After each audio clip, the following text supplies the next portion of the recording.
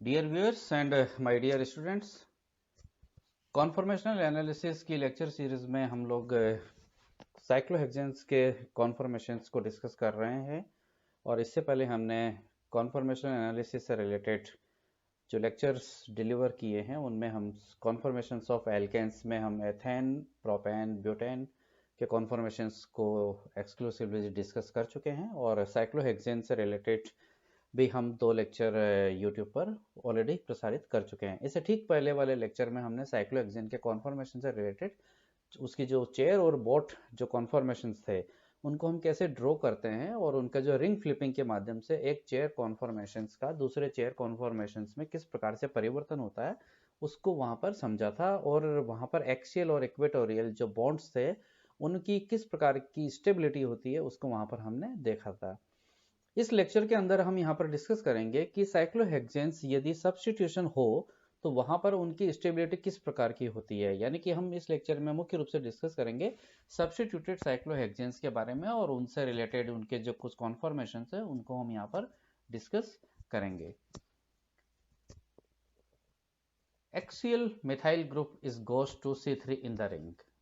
इससे पहले हम सब कुछ डिस्कस कर चुके हैं, इसीलिए हम यहाँ पर सीधे ही हम यहाँ पर चलेंगे कि अब जो चेयर कॉन्फॉर्मेशंस के अंदर यदि कोई एक्सियल मिथाइल ग्रुप है तो वहां पर C3 कार्बन से उसका किस प्रकार का रिलेशन होता है उसको यहाँ पर व्यक्त किया गया है।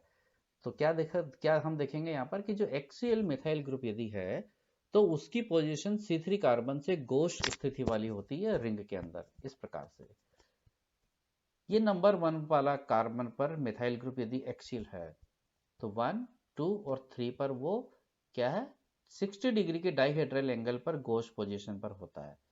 ये नंबर 1 पर यदि मिथाइल है तो नंबर 2 पीछे की तरफ है तो नंबर 3 ये है, तो गोश पोजीशन कहलाती है ये न्यूमैन प्रोजेक्शन में। इसी प्रकार से आप यहाँ यदि व्यूअर यदि इस प्रकार से है तो आप इसे देख सकते हैं कि ये इधर की तरफ यदि है तो 1, 2 और 3, 4 और 5 तो 5वें के साथ ये गोश पोजीशन में रहता है। अब यदि 1,3 डाई एक्सियल इंटरेक्शंस को आपको यदि देखना है तो जो गोश इंटरेक्शंस हैं वो फ्लैंक्ड बाय पैरेलल हाइड्रोजन्स, यानी कि जो पैरेलल हाइड्रोजन्स होंगे उनके साथ में उसका क्या गोश इंटरेक्शन होगा। तो हम देखते हैं कि ब्यूटेन के अंदर जो गोश इंटरेक्शन था मिथाइल और मिथाइल का या मिथाइल और हाइड्रोजन का क्या है 3.8 किलो जूल पर मोल का स्ट्रेन था वहां पर। ये कार्बन पर मिथाइल है और ये पीछे वाले कार्बन जो दिख नहीं रहा उसका मिथाइल है, उसका गोश इंटरेक्शन है। अब यहाँ पर हम यदि एक्सियल मोनो मिथाइल साइक्लोहेक्सेन को यदि हम देखें यानी कि एक्सियल मिथाइल साइक्लोहेक्सेन को देखें तो वो 7.6 किलो जूल पर मोल का यहाँ पर क्या स्ट्रेन है गोश इंटरेक्शन जो कि 1, 2, 3 इनके इनके मध्य डाई एक्सियल इंटरेक्शन की वजह से उत्पन्न होता है। अब इंपॉर्टेंट क्या है, हमने एक्सियल को देखा, अब हम यहाँ इक्वेटोरियल को देखेंगे कि जो इक्वेटोरियल मिथाइल ग्रुप है is anti to the C3 in the ring, अर्थात जब वो एंटी व्यवस्था में है तो निश्चित रूप से ये स्थायी व्यवस्था होगी। ये आप इस प्रकार से देख सकते हो कि यदि ये मिथाइल इधर की तरफ नीचे है तो निश्चित रूप से ये 3 तो एंटी पोजीशन में चला गया, तो नंबर 1, 2 और 3 ये 1 पर ये मिथाइल और ये एंटी पोजीशन में 3 नंबर, तो ये न्यूमैन पोजीशन में बिल्कुल एंटी पोजीशन में है, तो ये स्थायी व्यवस्था इसकी होगी।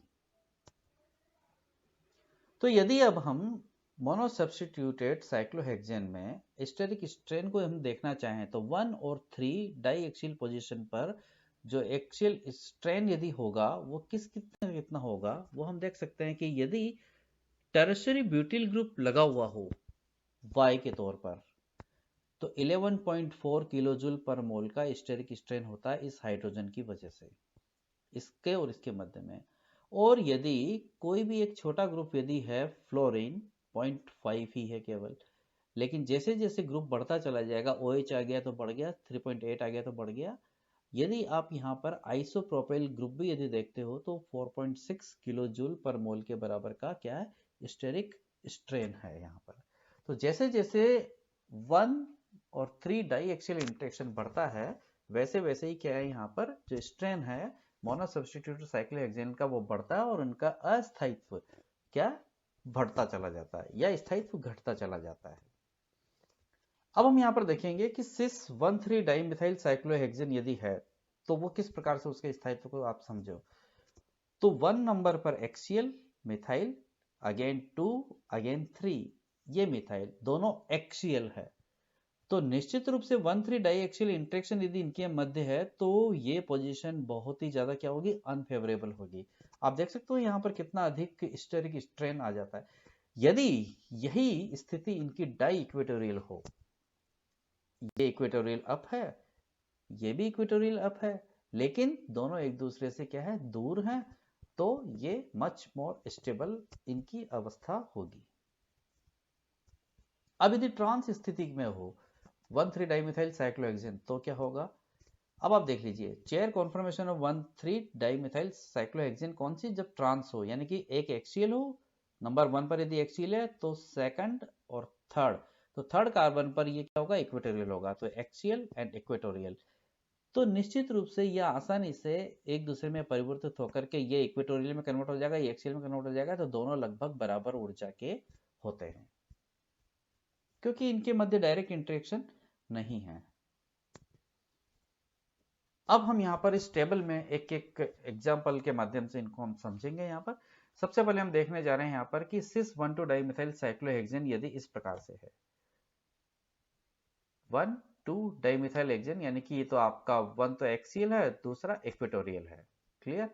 तो यहाँ पर क्या क्या स्ट्रेन नजर आ रहे हैं, तो देखिए अब यहाँ पर कि 1 और पहला मिथाइल दूसरे मिथाइल के मध्य में तो एक गोश इंटरेक्शन आ रहा है ना, एक मिथाइल दूसरे, क्योंकि 60 डिग्री डायहेड्रल एंगल पर हैं ये दोनों, तो वो कितना स्ट्रेन देता है, 3.8 किलोजूल पर मोल का।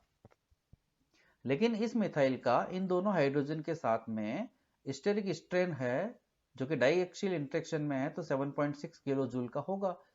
तो पहला गोस्ट इंटरेक्शन, दूसरा 7.6 का डाइएक्सियल इंटरेक्शन, तो टोटल स्ट्रेन कितना हुआ, 11.4 किलो जूल पर मोल का। अब यदि ये रिंग फ्लिपिंग होती है इसमें, तो ये बॉन्ड किस में कन्वर्ट हो जाएगा, इक्वेटोरियल में, और ये बॉन्ड किस में कन्वर्ट हो जाएगा, आपका एक्सियल में। ये एक्सियल हो गया।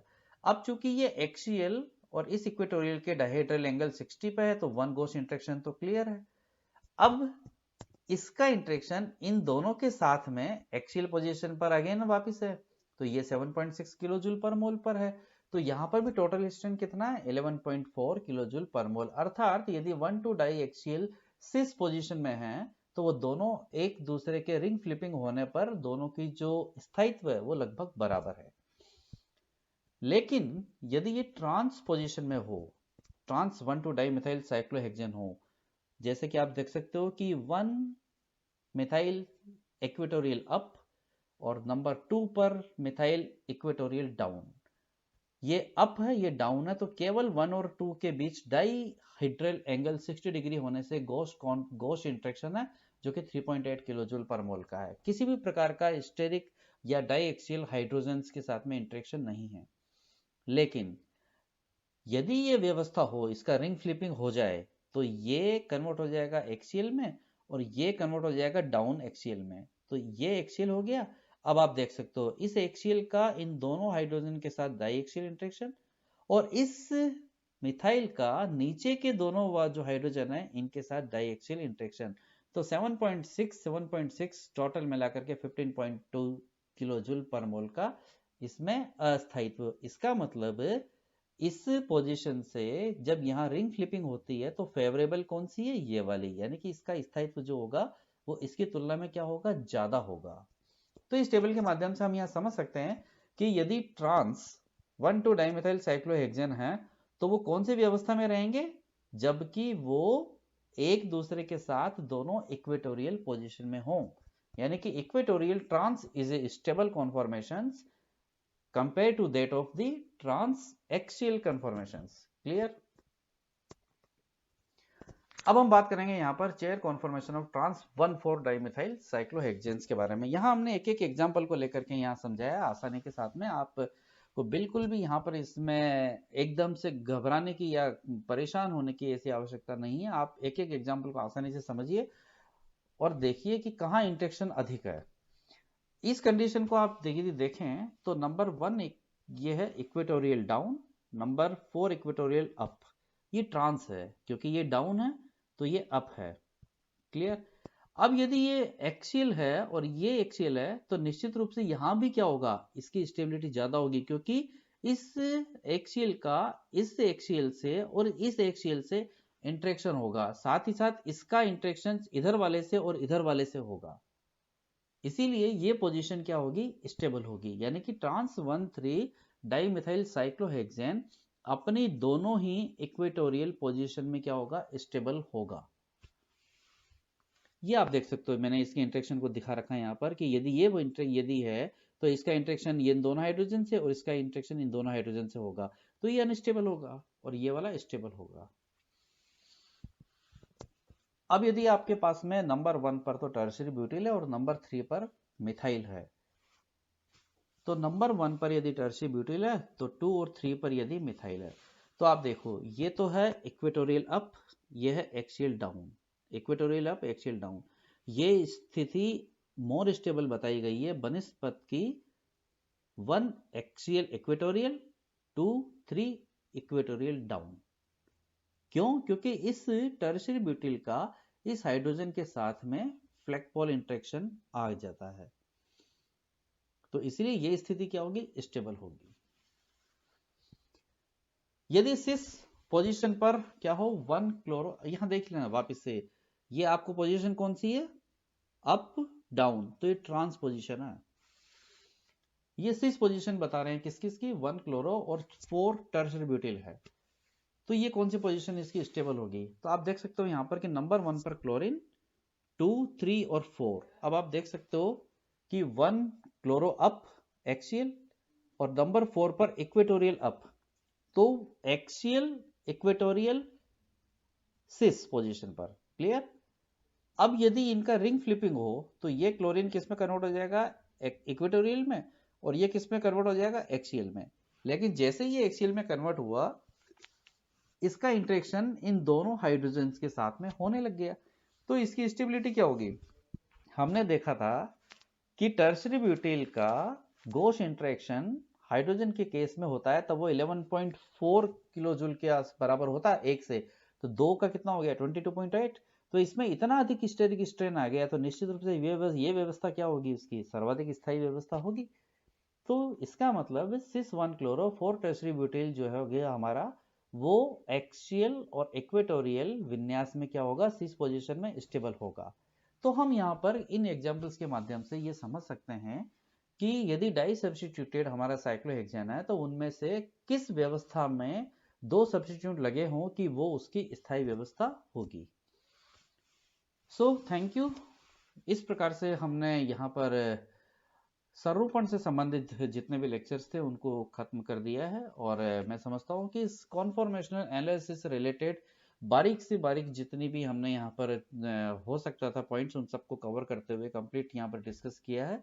जहाँ पर हम एथेन से लेकर के नॉर्मल एल्केन्स में हम यानी कि एसाइक्लिक रिंग्स में हमने ब्यूटेन के कॉन्फॉर्मेशंस को समझाया, और साथ ही साथ हमने यहाँ पर साइक्लो एल्केन्स में हमने प्रोपेन से लेते हुए हमने यहाँ पर साइक्लोहेक्सेन्स के कॉन्फॉर्मेशंस के बारे में बात करी। साथ ही साथ हम इस चीज में यहीं पर ये शामिल कर दूं कि इसमें यदि आप बेयर स्ट्रेन थ्योरी का वाला जो लेक्चर है मेरा, इसी यूट्यूब पर अवेलेबल, चैनल पर अवेलेबल है, तो उसे आप यदि देखेंगे तो आपको यहाँ पर बेयर स्ट्रेन थ्योरी के आधार पर साइक्लो एल्केन्स की जो विकृतिवाद का सिद्धांत है वो भी आसानी से समझ में आ जाएगा। So thank you. एक साथ सारे वीडियोस देखने के लिए साइक्लो एल्केन्स या साइक्लो हेक्सेन से रिलेटेड कॉन्फॉर्मेशंस के एंड स्क्रीन पर प्लेलिस्ट का लिंक शेयर किया हुआ है, तो आप वहां जाकर उन्हें देख सकते हैं। Thank you.